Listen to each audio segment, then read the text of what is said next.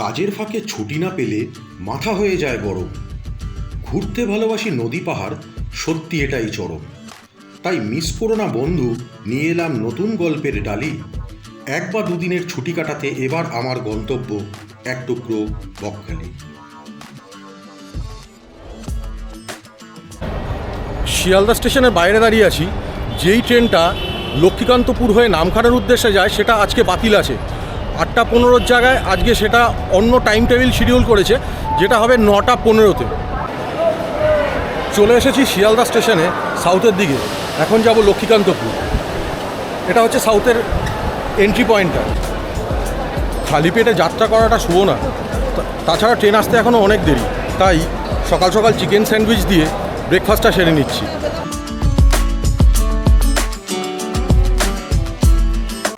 প্রতীক্ষার অবসান ঘটিয়ে লক্ষ্মীকান্তপুর ট্রেনটা ঢুকলো 1 ঘন্টা লেটে।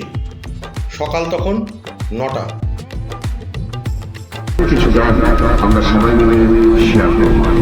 শুধুমাত্র গান শুনবে না, নিজেদের লাগেজ যারা বারকারে রেখেছে, নিজেদের লাগেজ নজর রাখবেন। নামার সময় অবশ্যই মনে করে নিজেদের লাগেজ নামিয়ে যাবেন। বাইরে টাপুর টুপুর বৃষ্টির আওয়াজ, নেই সেই প্রখর রৌদ্রের তাপ। বৃষ্টির জল মাটিতে পড়তেই মাটি থেকে ভেসে এলো সেই সোঁদা গন্ধ। এদিকে হাতে রয়েছে মাত্র একদিনেরই ছুটি, এবং সেই ছুটিটাকে কাজে লাগিয়ে আমি চলে গিয়েছিলাম এক নির্জন সমুদ্র সৈকতে। কলকাতা থেকে মাত্র কয়েক ঘন্টা দূরে অবস্থিত এই সমুদ্র সৈকতে একটা ছোট্ট ভ্রমণ বিবরণ আপনাদের কাছে তুলে ধরলাম আমার চ্যানেল চেয়ার্স বসের পক্ষ থেকে। এখন বাজে 12:24। শিয়ালদা থেকে নামখানা লোকাল চলে এলো এখন নামখানাতে। শিয়ালদা থেকে যখন উঠেছিলাম তখন মোটামুটি ঘড়িতে সময় ছিল 9:16। নামখানা লোকাল বেরিয়ে ছাড়তে টাইম লাগলো 9:24। তো এখন রয়েছি নামখানাতে। নামখানাতে এই আমার পেছনে দেখতেই পাচ্ছ যেখানে টোটো স্ট্যান্ড রয়েছে, এই টোটো স্ট্যান্ডের দিকে যাব। টোটো করে আমরা এখন বকখালির উদ্দেশ্যে যাব। স্টেশন থেকে বেরোনোর পরেই চোখে পড়ল মিনি হিন্দু হোটেল। 120 টাকার বিনিময়ে পরিষ্কার পরিচ্ছন্ন এই হোটেল থেকে দুপুরের মধ্যাহ্নভোজ সেরে নিলাম। খাবারের মান যথেষ্টই ভালো। নামখানা স্টেশনের সামনে অনেক অটো টোটোর ব্যবস্থা রয়েছে। সেখান থেকে যদি আপনারা ওখান থেকে অটো বা টোটো ভাড়া করে আসতে চান তাহলে কিন্তু ভাড়াটা একটু বেশি পড়বে। ওখান থেকে আমাকে ভাড়া বলছিল যে 150 টাকা, কিন্তু ওখান থেকে মোড়টা একটুখানি জাস্ট 5 মিনিটের ওয়াকিং ডিস্টেন্স। সেখানে এসে যদি আপনি অটো বা টোটো ধরেন সে টোটো ভাড়া পড়বে কিন্তু 40 টাকা করে। আমরা এখন সুন্দরিকা নদীর ব্রিজ ক্রস করছি। এখান দিয়ে দেখো প্রচুর ট্রলার কিন্তু নিচে দাঁড়িয়ে রয়েছে, আর এই হচ্ছে ব্রিজটা। অপূর্ব লাগছে দেখতে। দুদিকে সারি সারি ট্রলার রয়েছে দেখো।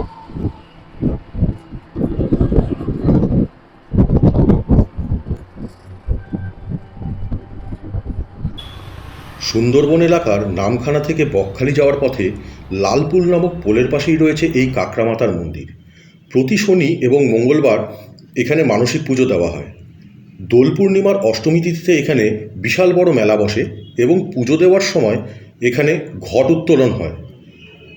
তখন এলাকা সংলগ্ন পুকুর থেকে কাকড়ারা নিজেরাই উঠে আসে এবং এই কাকড়া দিয়েই মাকে ভোগ অর্পণ করা হয় বলে লোকমুখে প্রচলিত এই জাগ্রত মন্দিরের নাম কাকড়ামাতার মন্দির। বকখালিতে তো চলে এলেন, এবার প্রশ্ন হচ্ছে থাকবেন কোথায়। ভিডিও ডেসক্রিপশন বক্সে কিছু এসি নন এসি হোটেলের নাম এবং ফোন নাম্বার আমি দিয়ে দিলাম। চাইলে এখানে এসে থেকে দেখে যেতে পারেন।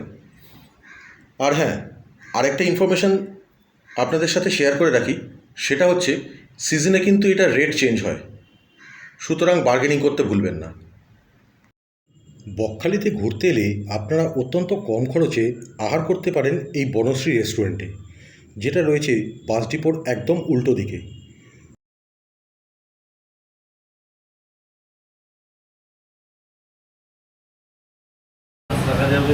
হচ্ছে বনশ্রী হোটেল অ্যান্ড রেস্টুরেন্টের কিচেন।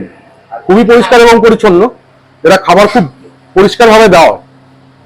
এখানে মাংস রান্না হচ্ছে। বাসনপত্র একদম পুরো পরিষ্কারভাবে ধোয়া। আর এখানে চামচগুলোকে এখানে সুন্দরভাবে সাজিয়ে রেখেছে এরা। ভাত, ডাল, 2 রকমের মাছ, সবজি আর একটা ভাজা, সাথে রয়েছে স্যালাড। গুড মর্নিং, সুপ্রভাত বন্ধুরা। চিয়ার্স বসের পক্ষ থেকে এক টুকরো বর্ষায় তোমাদের সবাইকে স্বাগত। আজকে আমার প্রথমে যেই জায়গাটায় চলে এসেছি সেই জায়গাটা হচ্ছে হেনরি আইল্যান্ড। এটা হচ্ছে হেনরি আইল্যান্ডের পুরো জায়গাটা। এই জায়গাটায় রিসেন্ট পাস্টে কাজ চলছে, তো তার জন্য হেনরি আইল্যান্ডটাকে পুরোপুরি ভালো করে মানে ঘুরে দেখানো যাবে না। তো হেনরি আইল্যান্ডের পিছনের দিকটা রয়েছে এই দিকটায়। এইখানে মানে প্রাকৃতিক পরিবেশ বলতে গেলে খুব সুন্দর, কিন্তু এখন বৃষ্টি পড়ছে, তোমরা দেখতেই পাচ্ছ আমি বৃষ্টির মধ্যে এখন ব্লগটা করছি। সব থেকে ইম্পর্টেন্ট যেটা আমার মনে হলো, যেটা তোমাদের জানানো এবং যেটা তোমাদের শেয়ার করা, যেটা আমার মনে হচ্ছে মানে বলি, সেটা হচ্ছে যে এইখানে এলে কিন্তু ক্যাশ পর্যাপ্ত পরিমাণে নিয়ে এসো, কারণ এখানে কিন্তু একটাই এটিএম কাউন্টার রয়েছে, যেটা রয়েছে বাস স্ট্যান্ডের একদম কাছে। হোটেল বেভিউ টুরিস্ট লজের ঠিক ভেতরেই কিন্তু রয়েছে এই এটিএম কাউন্টারটা পিএনবি। এই কাউন্টারটা কিন্তু বন্ধ, মানে এখন কাজ করছে না। এই একটাই কিন্তু এটিএম কাউন্টার রয়েছে। তো এখন আমি এই বৃষ্টির মধ্যেই ব্লগটা করছি। এখানে আজকে যেহেতু কাজকর্ম মানে এখানে কাজ চলছে, তো তার জন্য এখানে কিন্তু বেশি কিছু দেখানো যাবে না। চেষ্টা করেছিলাম এখানে বলে যদি পারমিশন নিয়ে যদি এখানে এই জায়গাটাকে একটু এক্সপ্লোর করা যায়, তো সেটা এখন সম্ভব হচ্ছে না। তো আমি হেনরি আইল্যান্ড থেকে এক্ষুনি বেরিয়ে যাচ্ছি। বেরিয়ে গিয়ে এখানে কিন্তু টিকিট কাউন্টার রয়েছে। টিকিট কাউন্টারের টিকিট মূল্য 10 টাকা। তো 10 টাকা দিয়ে টিকিটের বিনিময়ে তোমরা কিন্তু হেনরি আইল্যান্ডটা ভালো করে ঘুরে নিতে পারো। আমি আজকে আমার কপাল খারাপ, তাই জন্য আমি আজকে দেখতে পাচ্ছি না। তো আমি টোটো বুক করেছি। টোটো বুক করে আজকে আমি একাই ঘুরে দেখবো যে এইখানে কোন কোন জায়গাগুলো রয়েছে, এবং সেগুলো সবকটাই তোমাদের দেখাবো। বৃষ্টির ফোঁটা মাথায় নিয়ে চলে এলাম ফ্রেজারগঞ্জে। বেনফিশ ফ্রেজারগঞ্জ, এটা হচ্ছে ফিশিং একটা হারবার। এখানে দেখতেই পাচ্ছ তোমরা, দাদারা এখানে জালগুলোকে ঠিক মতো করে গোছাচ্ছে। এখানে যারা সমুদ্রে মাছ ধরতে যায়, সেই মাছ ধরার পরে এই হারবারেই এরা ফিরে আসে। তারপরে এখান থেকে মাছগুলো বিভিন্ন জায়গায় ডিস্ট্রিবিউট করা হয়। জায়গাটা বিশাল বড়। এখন প্রচুর বৃষ্টি পড়ছে, এখানে ক্যামেরাটাও ভিজে যাচ্ছে। এখানে রয়েছে ট্রলার, আর আমার যতদূর ধারণা এখান থেকে ওই দিক দিয়ে, দাদা ওই দিকে যায় না সমুদ্রে যেতে গেলে? এদিকে না, এই দিক দিয়ে সমুদ্রে যাওয়া যায়। আর এখানে এলে কিন্তু সুন্দরবনের একটা খুব সুন্দর ভাইব পাওয়া যায়। এই বেনফিশ ফিশিং হারবারে এখানে কিন্তু 10 টাকা দিয়ে প্রবেশ মূল্য, 10 টাকা দিয়ে টিকিট কাটতে হয়। টিকিট কেটে আমি এখানে চলে এসেছি।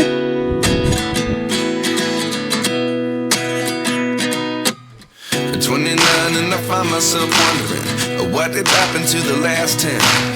I ran away with my life, fast forward, never turn back again.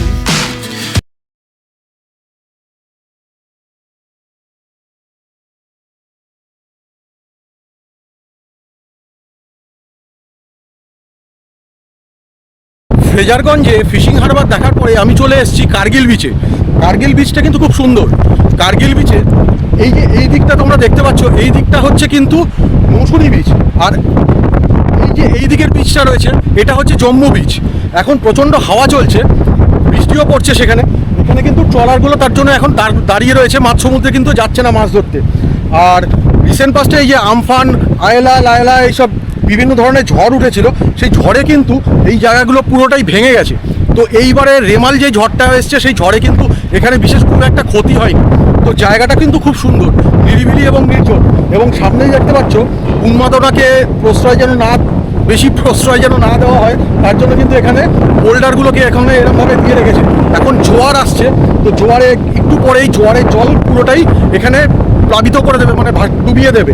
তো এখন যারা এই বর্ষার মধ্যে আসবে, তাদের কিন্তু একদম কর্ডিয়ালি রিকোয়েস্ট যে তারা যেন সমুদ্রে না নেবে, যেন তারা বেশি উন্মাদনা না দেখায়। তো জায়গাটা খুব সুন্দর, খুব নিরিবিলি। এলে কিন্তু একটা আলাদাই একটা অন্যরকম একটা অনুভূতি পাবে, যেটা দীঘাতে বা পুরীতে অনেক ক্রাউডের মধ্যে থাকলে ওই অনুভূতিটা পাওয়া যায় না। প্রচুর গাছপালা, একটা গ্রাম বাংলা একটা ফিলিংস তোমরা পেয়ে যাবে এখানে আসলে। তো এখান থেকে এখন বেরিয়ে যাব।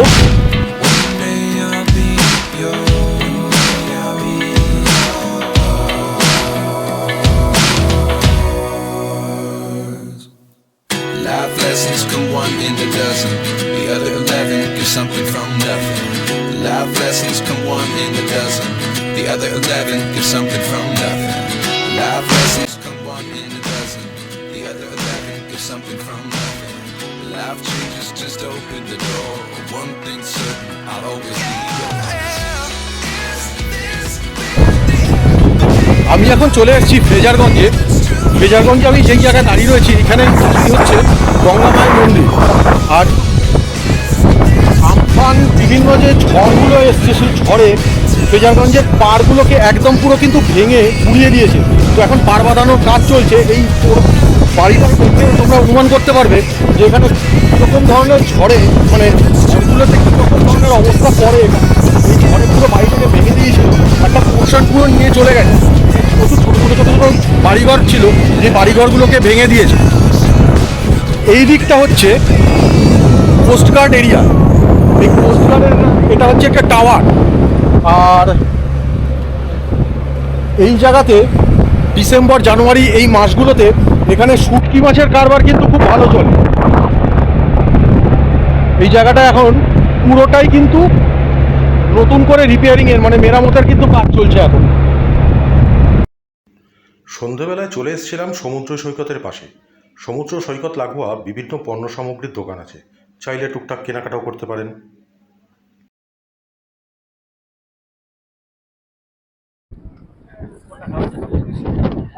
বকখালির সমুদ্র সৈকতের পাশে এখানে প্রচুর কাঁকড়া মাছ এবং বিভিন্ন জাতীয় সামুদ্রিক মাছ প্রচুর রয়েছে এখানে। এগুলোর দামটা একটু একটু করে আপনাদের বলার চেষ্টা করছি। এই কাঁকড়াগুলোর দামটা কিরকম হবে দাদা? চার পিস 100। আর চিংড়িগুলো? এই চিংড়িগুলোর প্লেট আছে 100 টাকা। এগুলো কত? আচ্ছা। আর এই দিকে যে মাছটা দেখছিলাম এইটাকে কি বলছিলেন? এইটার সামুদ্রিক কই ভেটকি, এটা 300 টাকা বলেছিলেন। আচ্ছা। আর এটা কি মাছ আছে? বাঁশপাতা মাছ। আচ্ছা। এখানে বৌদি আমাদের জন্য ভুট্টা বানাচ্ছে। সন্ধ্যাবেলায় বেরিয়েছি বকখালির সমুদ্র দেখতে। তো এখানে কিন্তু দীঘার মতো অত আড়ম্বর ব্যাপারটা বেশি নেই, কিন্তু এখানে প্রচন্ড নিরিবিলি জায়গা। দীঘার মতো দীঘাটা যেরকম খুব ক্রাউডেড হয়ে গেছে এখন, তো এখানে কিন্তু একদম নিরিবিলি এবং মানে নিশ্চুপ নির্জনে বলতে পারেন। আমি এখন বকখালি বিচের সামনে দাঁড়িয়ে রয়েছি এই সন্ধ্যাবেলাটা একটু উপভোগ করার জন্য। পিছনে দেখতে পাচ্ছেন আমার পিছনে এই যে এই দিকটায় এখানে প্রচুর মাছ, ভুট্টা, কাঁকড়া এসবের দোকান রয়েছে। এই দোকান থেকে আপনারা বার্গেনিং করে কিন্তু বিকেলবেলা স্ন্যাক্সটা এখান থেকে করে নিতে পারেন। এবং সব থেকে ইম্পর্টেন্ট জিনিস হলো সেটা হচ্ছে এইখানে এখন প্রচুর হাওয়া দিচ্ছে এবং রিসেন্টলি শোনা যাচ্ছে, আমি এই বৌদির কাছ থেকে শুনলাম, যিনি আমাকে ভুট্টা দিয়েছিলেন তার থেকে শুনলাম এখানে এই যে যশ আমফান এইগুলোতে যতটা ক্ষতিগ্রস্ত হয়েছে এই জায়গাগুলো, রিসেন্ট যেই ঝড়টা রেমাল বলে যে ঝড়টা এসেছিল সেই ঝড়ে কিন্তু অত ক্ষতি হয়নি। এটা কিন্তু এদের খুব ভালো একটা কপাল বলতে পারেন। তাছাড়া এখানে আপনি আসলে এখানে একবার দুদিনের ছুটি কাটাতে আসতেই পারেন, বেশ ভালো লাগবে। বকখালি বিচের ধারে এরকম ছোট ছোট ছোট ছোট চেয়ার রয়েছে। যে চেয়ারটা 10 টাকা দিয়ে ঘন্টায়, মানে 1 ঘন্টায় 10 টাকা করে নেওয়া হয়। তো এখানে বসে আপনি সমুদ্র কিন্তু উপভোগ করতে পারবেন। এখানে সমুদ্র কিন্তু একদম সেরকম কোনো গর্জন নেই, নিস্তব্ধ সমুদ্র, কিন্তু বেশ হাওয়া রয়েছে এখানে এবং জায়গাটা খুব ভালো। আমি এখন চলে এসেছি বকখালির ইকো পার্কে।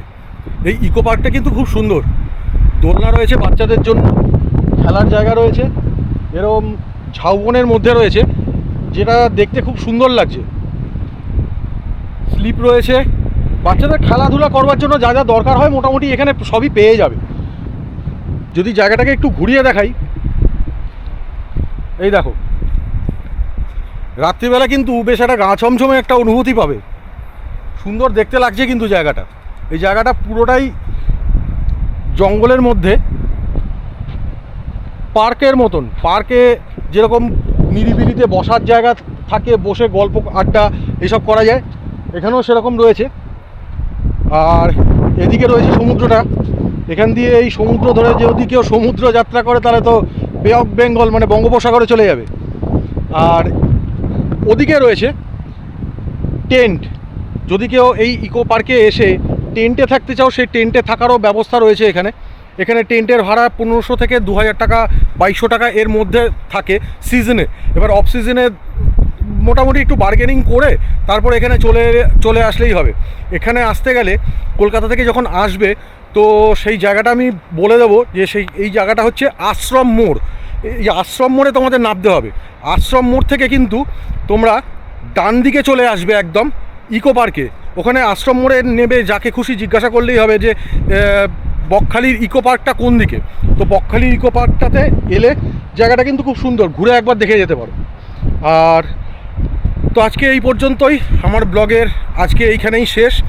কীরকম লাগলো ভিডিওটা কমেন্ট করে জানিও, লাইক শেয়ার সাবস্ক্রাইব করতে অবশ্যই ভুলবে না। দেখা হবে পরবর্তী ভিডিওতে, ততক্ষণের জন্য ভালো থেকো, সুস্থ থেকো আর দেখতে থেকো অবশ্যই। চিয়ার্স বস।